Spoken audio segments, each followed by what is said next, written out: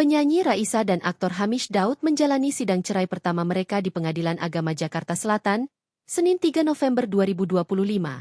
Kabar yang beredar menyebutkan, kisruh perkawinan pasangan selebritas itu karena hadirnya orang ketiga dalam rumah tangga.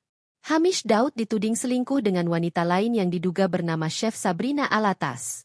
Putra Lubis, kuasa hukum Raisa, menolak menjelaskan alasan kliennya menceraikan Hamish Daud. "Kami tidak berhak menjawabnya," kata Putra Lubis di Pengadilan Agama Jakarta Selatan, Senin. Tidak dijelaskan pula apakah Raisa dan Hamish Daud masih tinggal satu rumah setelah ada gugatan cerai. Raisa meminta supaya siapapun menghargai masalah rumah tangganya, agar tidak menjadi konsumsi publik. Sejauh ini Putra Lubis hanya memastikan bahwa kondisi psikis Raisa tetap baik setelah menggugat cerai Hamish Daud. "Raisa sehat. Kemarin masih manggung dan kegiatannya masih seperti biasa," ujar Putra Lubis.